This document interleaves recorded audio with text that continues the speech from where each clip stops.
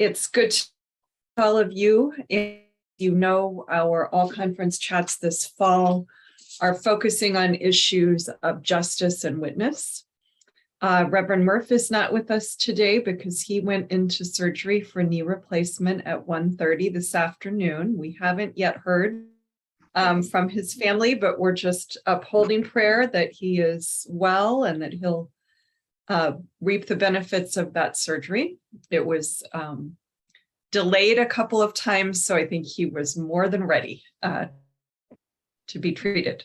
And holding in our prayers today, Reverend Molly Carlson, our conference minister.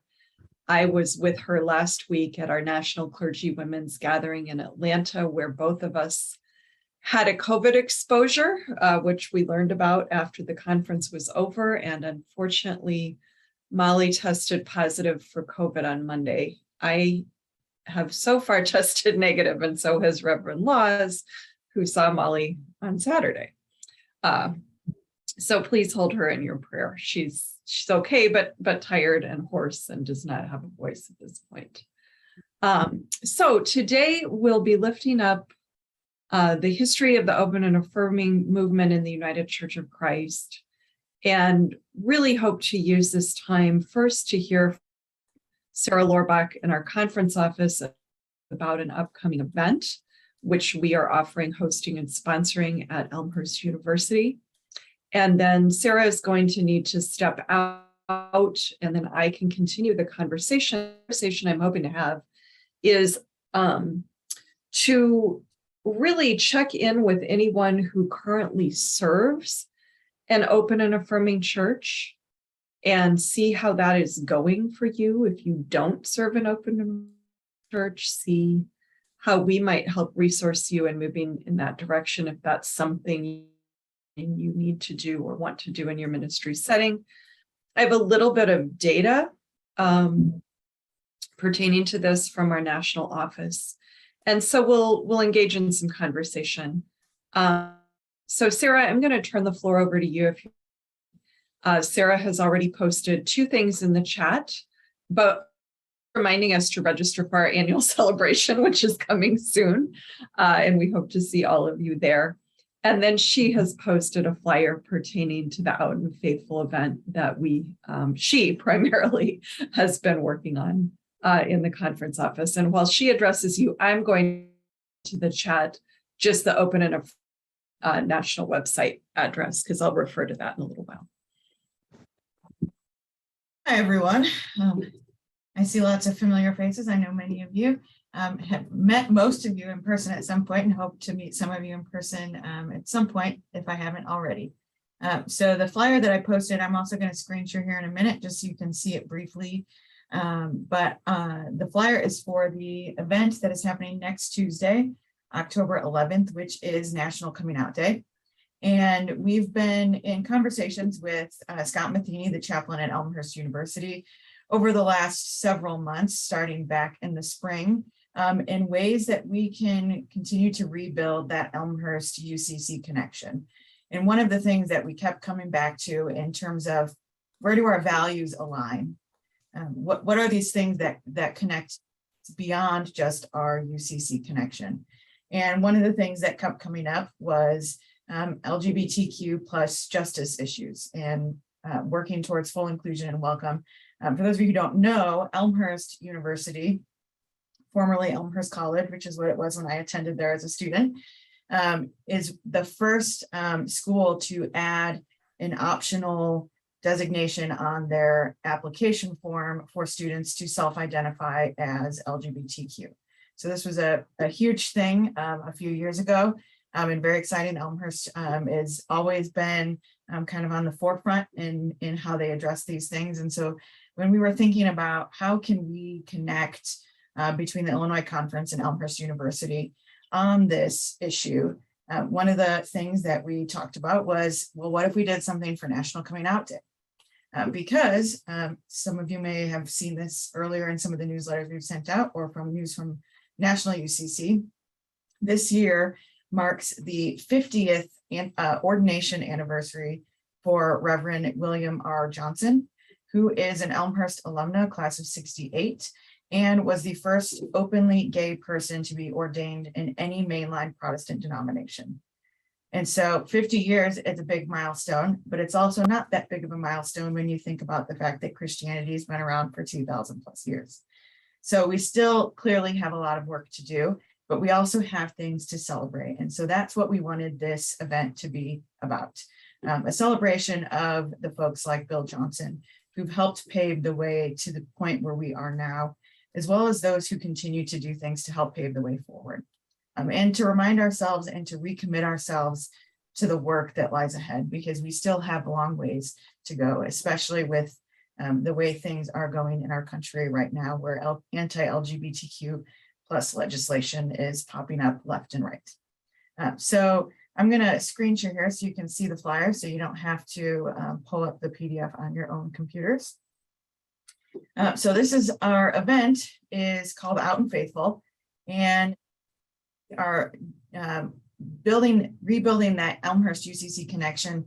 We wanted this to be bigger than just Elmhurst and UCC. So this is a multi-faith celebration of LGBTQIA plus spirituality and a call to advocacy. And we will have, the main focus of our event will be a panel presentation and Q&A with representatives from various different faith communities. So you can see here that one of our own Illinois Conference UCC ministers, Reverend Dr. Marilyn Pagan-Banks, will be one of our panelists, along with Rabbi Andrea Kosnowski from Congregation Etzkheim in Lombard, who is also an adjunct faculty at the university, Reverend Dr. Eddie Journey, who is from Second Baptist Church in Evanston, among many others, and Shauna Bowman, who is pastor at Friendship Presbyterian Church in Chicago, and Reverend Dr. Pamela Lightsey, who is the academic dean at Meadville Lombard Seminary in Chicago. And you'll see that this event is also sponsored by Community Renewal Society, who, thanks to CRS and their fiscal sponsorship, were able to actually provide a small stipend to all of our panelists for their participation in this event, which makes a huge difference because it also lets our panelists know that this is important and we appreciate them taking the time to be here to be part of this. So the event, I'm going to stop sharing here. You have the flyer in the chat if you want to keep that handy. But the event, this is going to be a celebration. We will be sharing a video that Bill Johnson recorded this year in honor and reflecting on his 50 years of ordination. So we'll be sharing that video in lieu of being able to have Bill present with us because he lives in California and doesn't do much traveling these days. But we'll be honoring Bill. We will be participating together in some liturgy to give thanks, liturgy to claim and name those places where we, in especially communities of faith, have failed or fallen short in doing what we could have done for the LGBTQIA plus community, and also then recommitting ourselves to the work ahead. And so we are very excited about this. Community Renewal Society is advertising it. Elmhurst is advertising it. We are advertising it. We want this to be a wonderful event, and it will be a wonderful event, but it will only be as wonderful as we have people attend to actually be part of this. So it will be interactive after each of our panelists present on the intersections of sexuality and gender and spirituality. We'll also open up for a time of Q&A. And the Q&A will be very open-ended. You can speak to all of our panelists. You can speak directly to a particular panelist. And we will also have representatives of student organizations at Elmhurst that are going to be present. Their Spiritual Life Council has been actively involved in helping put this event together as well. Their president, Grace, is one of the people that I've been working closely with, along with Scott Matheny and Megan from the Admissions Department. So we've been putting all this together, and we really hope that you will all show up who are able. We know that it's not feasible for some of you who don't live in the Chicagoland region. It might be a little bit too much of a hike for a Tuesday evening event. We hope that those of you who are in the area and are able will come out and attend, encourage others in your communities to attend, in your churches to attend, because this will be a truly wonderful event, but it'll be even more wonderful if we can really fill the pews with people to be part of it. Any questions?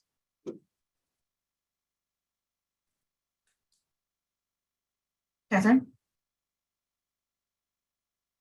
And then, of course, there's always the search for the mute, unmute button. I must have tuned in just after we shared the flyer for that. So if we could possibly maybe share it again. I'm sure, I know there's a couple of people that tuned in after I did, and obviously I want to go out after this and share it as widely as I can. So there it is already. Thank you very much, Sarah. Yep. Thank you. Thank you. Sarah, for those thank of you who are you. on Facebook, there is a Facebook event as well. If you want to, that is an easy way to invite other Facebook friends you have to the event. So that is on Facebook on the Illinois conference page.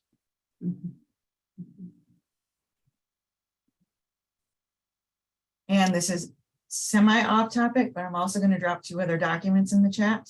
One is the full schedule for the annual celebration. And then another is a document with descriptions and times for all of the workshops that will be part of the event. Thank you, Sarah. I do think that information, and thanks for sharing it with us in this venue. And are there any other questions for Sarah in particular, because she does need to step out of our meeting to attend to some of her other work. So if you have a question for Sarah, please raise it now. Okay, then Sarah, thank you so much for your time and for sharing about this event with us. And beyond the sharing, thank you for everything you've put in to planning and promoting it, while also planning and promoting for annual celebration. Your plate has been very, very full, and we recognize that. And we appreciate all that you do. Thanks. So, thank you. Did you have a question before I leave? Last minute deadline. I know the e-blast has gone out, but on Faithful Fridays, when do you need the information for Faithful Fridays? Faithful Fridays, well, for this week, I'm going to be off on Friday, so I would really have needed it by today, but for next typical deadline for each week is Tuesday. So if I get it after that, I can't guarantee it'll get in that week. It might have to go to the next week. Okay. And the deadline for the monthly e-blast comes out first of the month?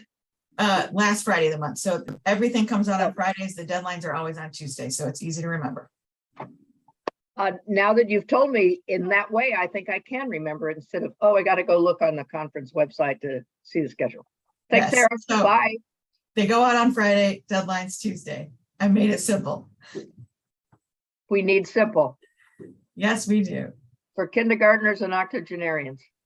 And I will, in case anybody needs it, before I sign off here, I'll also put my email in the chat in case anybody needs that.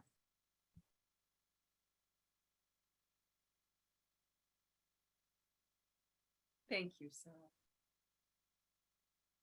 Bye, everyone. Thanks. Bye-bye. Thanks. So as parts, we wanted to use the rest of our time together today. We can history about the open and affirming movement in the United Church of Christ, if people would appreciate that review. But beyond that, we were hoping to spend the time really checking in with all of you regarding your particular context, what you experience if you work in an open and affirming context. If you don't and would like to learn more about what that process is in the United Church of Christ, just really sharing and lifting up some stories from around our conference.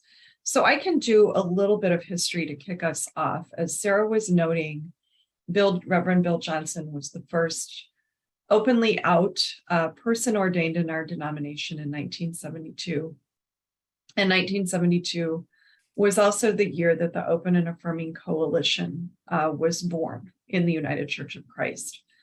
As a location without voice or vote, but related to the wider church, as a location to advocate for gay and lesbian people within the life of the church, to advocate for civil rights in a broader context, and to ask the United Church of Christ to begin to speak to those civil rights from the and to encourage churches to become places of explicit welcome for gay and lesbian people. And obviously, as the years have evolved, we've expanded that definition quite enormously. The first open and affirming church in the United Church of Christ became open and affirming in 1986. So, it did take to organize that effort, to bring that advocacy into reality. And between 1972 and 1986, both the Executive Committee of the United Church of Christ National Setting and several general synods began speaking to open and affirming affirmation, and two different general synods in the 1970s passed resolutions focusing on wider calls to wider national civil rights for gay and lesbian people. And then General Synod 1915. General Synod 15 in 1985 called upon churches of the United Church of Christ to consider being part of an open and affirming process. So by that time, there was kind of a curriculum and a design and a process, which several of us are familiar with, for leading a local church through that self-study and through that commitment, through voting to become open and affirming. So after that General Synod resolution in 1985, in 1986, we had our first open and affirming church. And as of 2020, which is the most thorough data set we have for the United Church of Christ right now, 32.6%, or about 1,700 of our churches, are officially open and affirming. We have 448,052 churches in the United Church of Christ, so 32.6% of them. And we know that that process is in various ways in different local churches. And we also know that there are very likely local churches that consider themselves open or welcoming, but haven't gone through the official open and affirming curriculum voting process. So my assumption is that that 32% probably skews toward the higher direction than the lower direction, accounting for both formal and informal processes. What we do not have, or what I didn't find in my research this week, was a lot of great data on how many of our clergy self-identify as out in any capacity. We know that 52.5% of our clergy identify as women. We know that 47.7% of our clergy identify as men as of 2020, and 0.4% identify as trans or gender variant. But within that data on male or female identified, we don't have data that I have come across in my quick research in preparation for this chat about the percentage of clergy who are out. And then the other data I would love to know is, of that percentage who are out, who are serving in local churches, or what ministry contexts are folks serving in, and in what capacities, what's the data? We have that by gender, so we know, how many women are serving as solo or senior pastors or associate, but we don't have that by other identity. So that's some of the history and data I can share with you. What I am wondering is just, there's a lot of experience. There are a lot of different geographical and social locations represented on this call. So I just want to open it up and see what people's experiences have been. If you have led a congregation through an open and affirming process, if your congregation has gone through one, if your congregation is preparing for that, let's pull some wisdom and some history together from the Illinois Conference.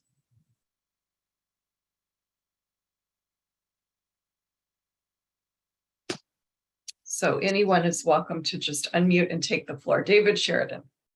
Hello. Well, I'm new to Rockford, Spring Creek, UCC in Rockford. They voted to be open and affirming in 2007. I came from the Urbandale, Iowa United Church of Christ. Reverend Patricia DeYoung was our pastor then and led us through the process. And we became open and affirming in 1993. And that church is my former church at Urbandale, is pretty vibrant, and the open and affirming process has just been beneficial. We're not a gay church as such. That's, early days, that was, we don't want to be known as the gay church. We are just a big family with folks of various orientations, doing all kinds of things in the church. Right. And right. it's been very pleasant. At Spring Creek, as I say, I'm new here. I've only been here for a year. 2007 is when they voted for open affirming. Jim Powers is on the call too. He would probably know more about the history, but I understand that some folks left when the vote was taken for that reason, and perhaps for some others. We announce every day in worship that we're open and affirming, and no matter who you are, where you are in life's journey, you're welcome here. We had a huge funeral for an elderly man who it's a Black family. His daughter is lesbian, and she came to our church in the early 2000s because after the 2007 vote, because we were open and affirming. And then her father, who loved her, he came with her, and they became very much loved in the congregation. And when we had the funeral for Fred, it was just the most beautiful thing. This nearly all white church, half the sanctuary was Black and half was white and interspersed, and it was just full of love and joy and a wonderful thing. In terms of but we have the diversity flag on the front of the church. In the last month, someone came and tore it down. The woods. We found it. We put it back up. Right. And so we're very committed. I would say we don't have a lot of members of the gay community that are members now. We lost some members, amazingly to me. We lost some members, I understand, a few years ago who were gay, but they like the former president. And a lot of folks in our congregation are pretty liberal and progressive. But we're definitely committed, but we don't have a large a membership in any event, and certainly not of the gay community. David, thank you. I think, several of the things that you shared illustrate, for instance, your description of your congregation in Iowa illustrated that becoming open and affirming only really added to its vibrancy. Definitely. I think you acknowledge that when a congregation does take an open and affirming vote, such as the Rockford congregation, that we may lose members for that. But that this isn't just about membership growth, it's about the ways that we're feeling called to be faithful to the gospel as we interpret it. Yes. And so, you also described for us how that welcome was extended in some really beautiful ways that built up the church and added to the diversity of the church. And I think one of the other things I've learned over the years, I served a church in Wilmette for many years, which had become open and affirming in 1989, so pretty early on in the process, and ordained a couple people to ministry pretty early on, in the 90s, late 80s, early 90s. One of the things that was very clear to me in my ministry was that even though we didn't necessarily have a huge population of gay and lesbian members either, and partly I think that had to do with the economics of just living in Wilmette in the first place, almost everybody had a friend or a family member. And they knew that if that friend or family member were to come to town, were to come to church, it was important to them, no matter how they identified, that they were going to an open and affirming church. Because I think it was important to them in their wider sphere of relationships. And it was also clear to me we were for a while a church that endeavored to offer a seminary internship placement and worked with both students at CTS and Garrett.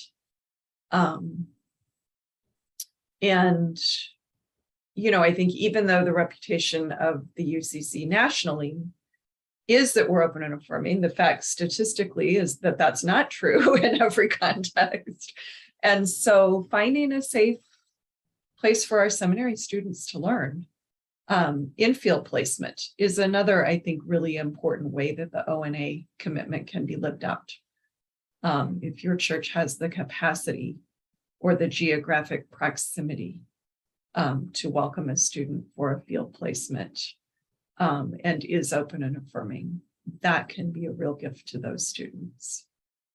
I know that the Urbandale Church had at least one student who was pursuing seminary and was entered for at least a year.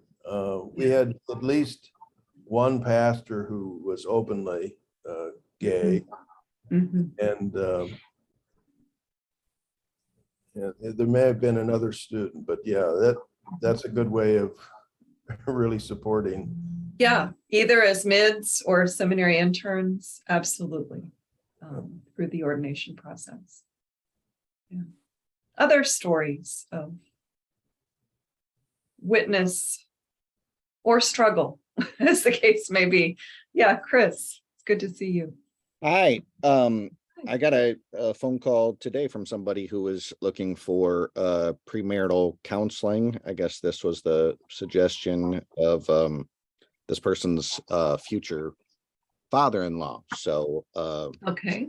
same gender couple, looking for to do some premarital counseling, and somehow found our church or knew that our church would be welcoming. So I guess I would say, anecdotally, that I'm pretty sure everybody who's joined our church in the past 5 to 10 years, wanted a more open church. I have at least half a dozen people left a Presbyterian church that they thought was welcoming, but when the new pastor came, they realized it wasn't. I'm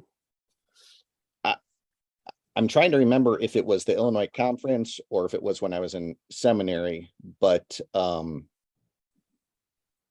I think it was the Illinois Conference. So I was ordained in 2001, and that must have been about the time that we were becoming an open and affirming conference. Yeah. And I believe at that point I was taught, we had a workshop about a process of spiritual discernment, because Robert's Rules of Order are actual rules of war, because Robert was a general. And so that's how you do battle. So process of spiritual discernment is more obviously spiritual. So I guess my 2 cents is a lot of churches are worried about voting to become open and affirming, because voting makes winners and losers. And a process of consensus can make people not have to stand against something or be embarrassed because they haven't grown along with us if they're not ready. They don't want to leave the church, but they can't vote for it or whatever. So my personal experience at Ivanhoe, I was called right after the General Synod in 2005 with the stance for marriage equality. So my understanding is anybody who was against it had left prior to me coming in October of 2005. And so I was just waiting, it wasn't going to be the pastor's suggestion. We got to become open and affirming. I was waiting. And I think it was this Brian McLaren's A New Kind of Christianity, 10 questions, they're transforming the faith, which one of them says something about, can we talk about sexuality without fighting about it? And so I said, okay, so now can we do this? So the next year we started a process, and I think I used one of these Holy Conversations book talking about homosexuality. And it goes back to the Methodist quadrilateral. And, we can't debate our experience or reason, but we can educate people about scripture and tradition. So going back to those, clobber scriptures and unpacking them, and going through the tradition and saying there were gay Catholics and priests and nuns and all this, and we just don't talk about it, and just educating people. That was our process. And the committee put forth a statement. And again, my understanding was we were living into our identity, because I think in 1845, this church declared everyone was welcome at our table. That's just who we are. And so we approved it by consensus without voting to make winners or losers. That's a really great bit of wisdom for us, Chris. I remember reading this article, I think it was in the Christian Century several years ago. It was written by Martin Copenhaver, that said, who is Robert and why do we have to follow his rules? Essentially was the title of the article. And it really made the point that you're making, which is in some cases, that kind of parliamentary procedure is needed in our churches, or it's an efficient way of passing budgets or doing church business, electing officers. But there are other models that are more appropriate and also have deep roots in Christian tradition, like, as you said, processes of discernment, group discernment, that need not set up whatever the subject is as a as a zero-sum game. So I just admire that I'm thankful you mentioned that, and really admire the leadership it must have taken for you to guide that. Can you say a little bit more about how you facilitated those conversations, or anything else about what that process looked like? Like, how did you know when you had reached enough of a consensus? We did, we used some resources from this book in terms of having workshops about scripture and about tradition. And I think storytelling is important, especially in the politically divisive world today, that debate and arguments, again, cause winners and losers, but stories can help people cross those chasms to identify or to see a position from another's point of view. So we had some storytelling, from people who, I didn't want to make certain people out themselves, but people outed family members or told stories about gay friends, and we just kind of nurtured it that way. So it was really just, two kind of big open sessions, and then the committee drafting a statement and going back to, I think you posted the Open and Affirming website, and there's, I believe, still guidelines there about what's required for an actual statement. And then, worked that through boards and committees, again, with, small church process. Anyway, I think we took it officially, like, through the Board of Deacons to the church council to the annual meeting. Thank you for sharing that wisdom in your process with us. That's really helpful. Any other stories from the trenches? Stories from the front. Dwayne. So as a mid who is about ready to take a dive into ordained ministry, get past Hallelujah. I actually, my internship experience, I had the opportunity to serve a church that was fully staffed with the LGBTQ ministerial staff, from head pastor down to the music director, and predominantly large presence of the LGBTQ community in there.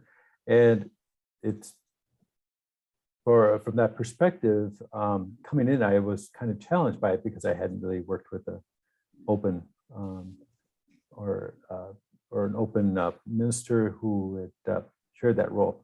And you know what the funny thing is there is no difference. I mean, in some ways, I kept waiting for like something to like be different, and it wasn't. But they did preach, and they did. They weren't afraid to call out their sexual orientation and what that meant, and how it meant in terms of their Christian faith, and what it meant to be a minister serving in a capacity, and how to address that. But one of the other things I just also think, I'm a member at my home church's First Congregational Church in Crystal Lake. And I believe it was 2016 when they officially adopted to become open and affirming. But one of the things, we don't have necessarily a large group, but we do have a growing group.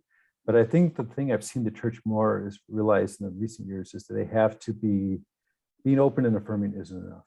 You got to continue to, especially if you are not a predominantly, if your percentage isn't half identified with the gay community, you need to be active. You need to keep going. You need to be the voice out there.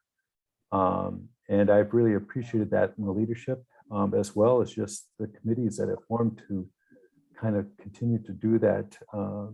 We talk about banners, but this year I know they put one that they did a rainbow of doors that says God's doors are open to all, which are across the front of the lawn. And so anybody that drives by sees it. But it's more than that. They're regularly posted. There's media clips I've seen in the paper. Our pastors are neither are identified in that community, but they are very active and they are very involved. So again, it's just, but also the church has to continue that. I mean, taking the vote is not just enough. Once you do it, wear it proud. A lot of my seminarian colleagues from Garrett struggled because in the Methodist Church, they're having this really issue, and they're trying to find churches that are accepting, and to have to be in a church that does support open NA, then we got to do more. I mean, it's almost more like you take the vote and everybody goes, yeah, we're open. But now is when the real work begins, and that's when it continues to grow. So I'm looking forward to it. I don't know where, I know I'm not going to, my guess is I'm probably going to land in one of those, what's it, the 67.4% of churches. Well, then you'll get to consult Chris and lead a process. Yes. Oh, thank you, Dwayne. I think your point is so important. And I'm going to share this self-evaluation screen in a minute, which is on the Open and Affirming Coalition website currently. And that's the question of how do you grow into that commitment? And how do you keep that commitment alive? And even how do you, I think, as a local church, continue to grow in knowledge and be conversant with the ways people identify and self-identify now, which is different than in 1972 or 1986 or even, in 2000. I was very cognizant as I was leaving my congregation last winter, and we had an exit interview. We talked a little bit about the fact that the ministries that the church offered for adults were very binary. There was the men's group and there was the women's group. And that a number of people visiting our churches or seeking a safe, welcoming church do not identify on that binary, the way this particular local church, still really planned a lot of activities in that regard. So that's one instance or one illustration. So in the search and call process, we often do work around preparing churches in search with what we call a diversity audit. And we have some examples of that from our national UCC setting to talk to churches about, are you ready? Are you really ready, to welcome more diversity on your staff, whether that be with gender, with race, with sexual identity, sexual orientation. Because we know that even though in the United Church of Christ, we may have a high number of people who are out and ordained, not all those persons have equal access in a competitive call process to pulpits. I don't have the data on that, but I am absolutely convinced that if we had the data, we would see a pattern, where just because you're ordained or have succeeded in getting ordained doesn't mean that you can find a call. That is a safe and welcoming call that can make good use of your gifts. So I'm going to share my screen and take you over to the Coalition website. And if you go to the Coalition website, this is the homepage right now. And if you scroll down just a little, they are inviting churches that do identify as open and affirming, that have been through the process, to take this self-evaluation tool. And it speaks exactly to what Dwayne was speaking to talk about what are you presently doing, what may you be missing, in strengthening that open and affirming identity, and what other resources might you need to be able to discover. And there is a whole resources section on the Open and Affirming Coalition website, and there are constant, webinars and things that you can be doing, things that you can be promoting to your members for their individual formation or edification, and things that you can be doing as a church to self-evaluate. So it's interesting. I can walk you through the questions. So you can see the first question is there some kind of exterior, message to your surrounding congregation that you're open and affirming or that you're welcoming? If you do have LGBTQ members, are they represented in leadership? When you're doing your nominations process, what is the diversity of nominees? Do you have processes that speak to just drawing a diversity of nominees, period, in your local church? Like I know church constitutions will require you to have a youth or, to have some other representation. But what are the statistics in your congregation? And if they're low, how might you be needing to evolve that? Do you have a staff person or a whole staff, as Dwayne was talking about? But do you have a staff person who is openly lesbian, gay, bisexual, or transgender?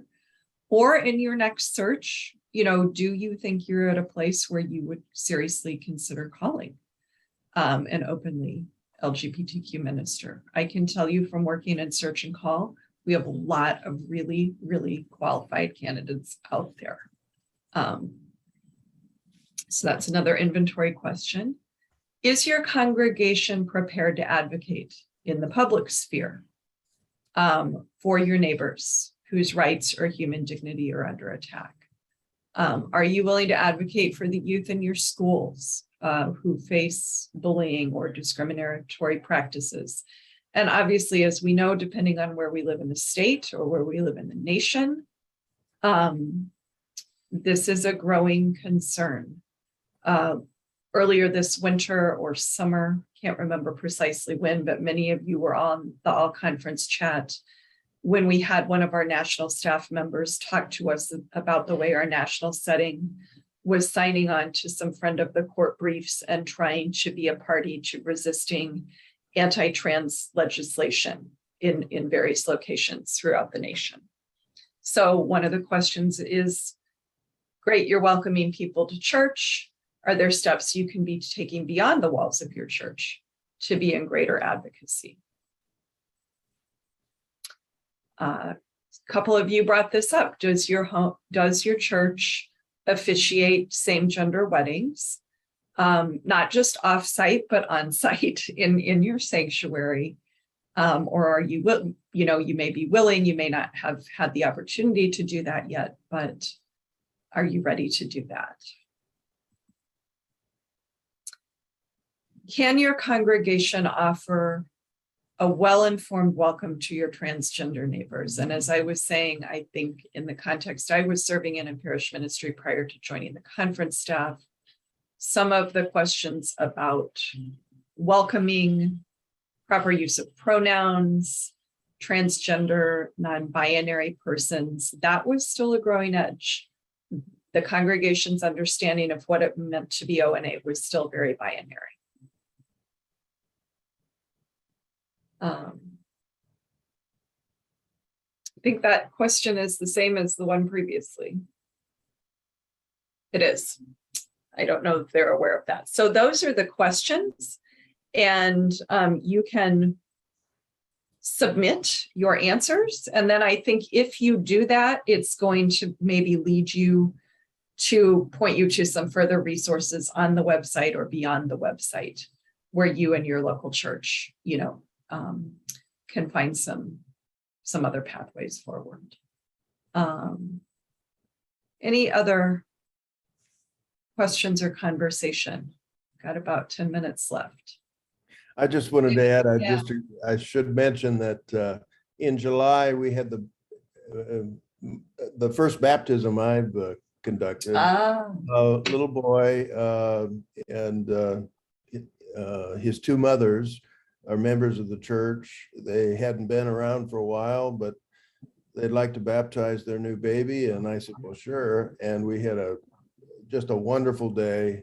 Half the church was family. And they were just so delighted that there was a church that would do that. Yeah.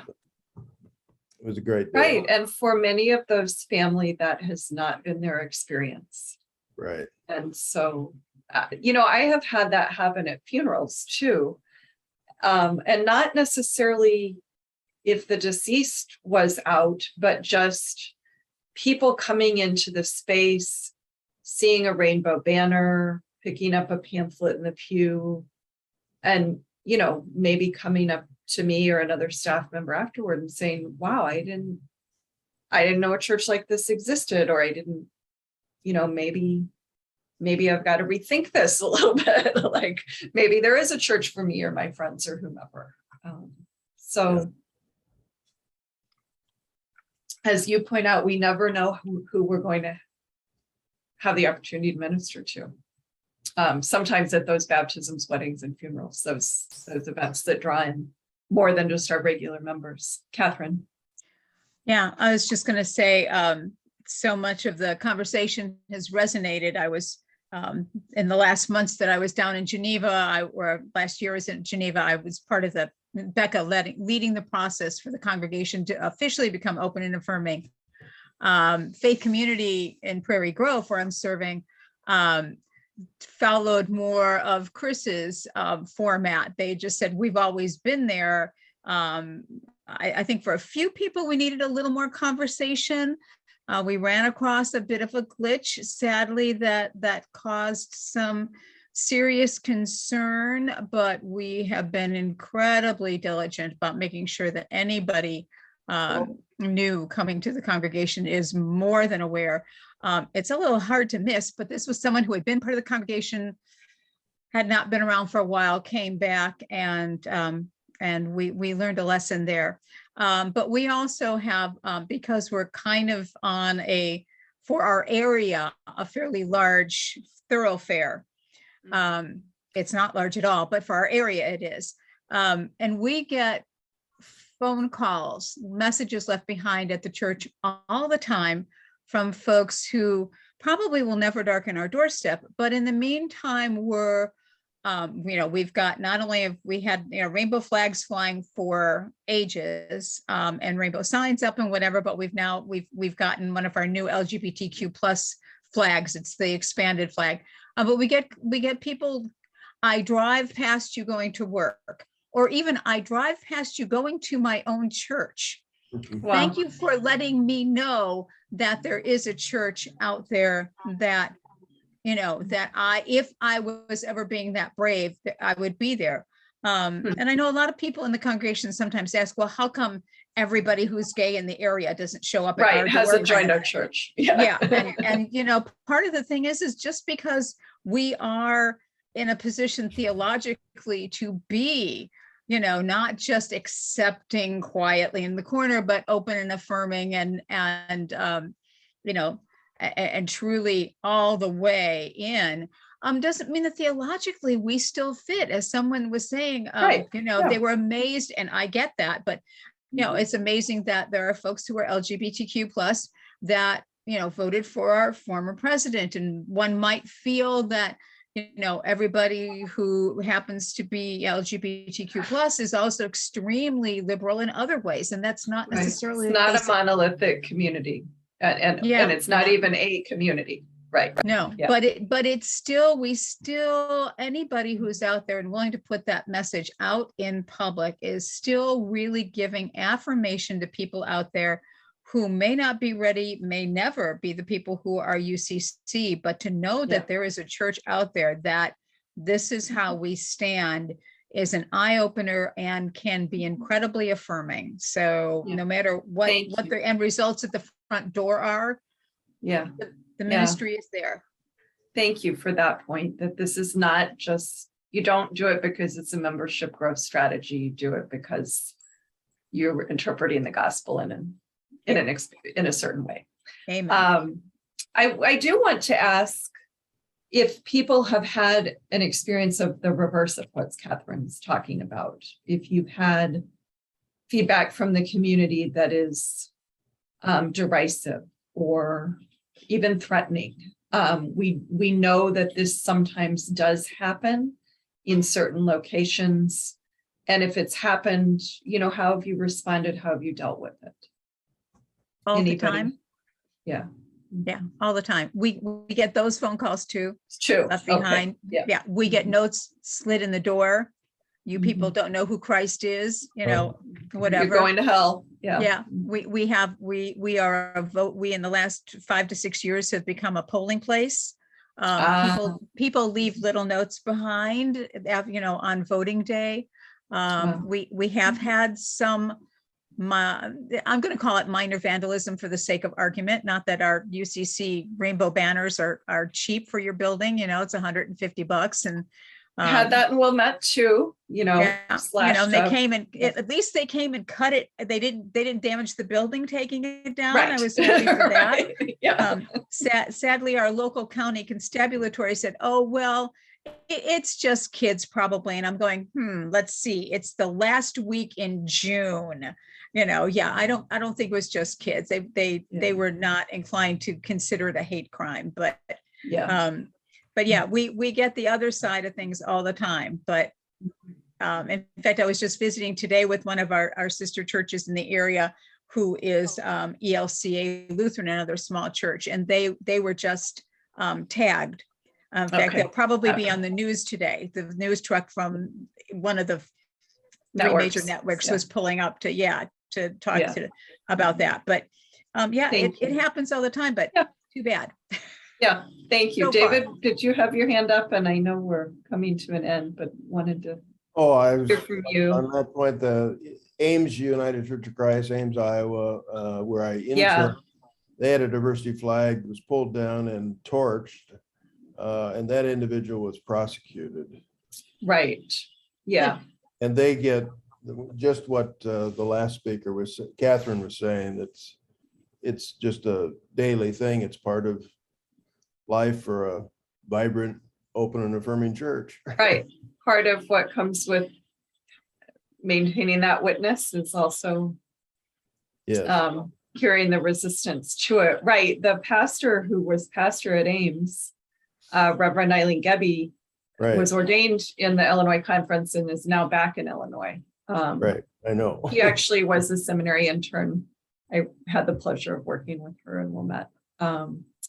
But yeah, they did choose to, well, they didn't choose. I think the local jurisdiction chose to bring charges against this individual. And I think they did go through, correct me if I'm wrong, I don't know if I know what I'm talking about, David, but it seems to me that they let the legal process unfold because they thought that accountability was important.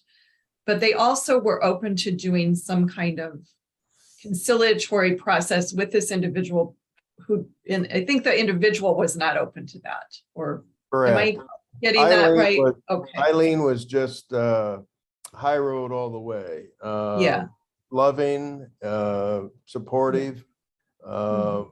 and what you just said, I think that was Mhm. offered, but never happened. But did- And the jurisdiction was also determined that we can't have people burning flags. Yeah. They went of any into sort, yeah. a prosecution. Yeah. Well, I do want to honor everyone's time, and it is 3:59. So I'm going to stop our recording. Please register for our annual celebration.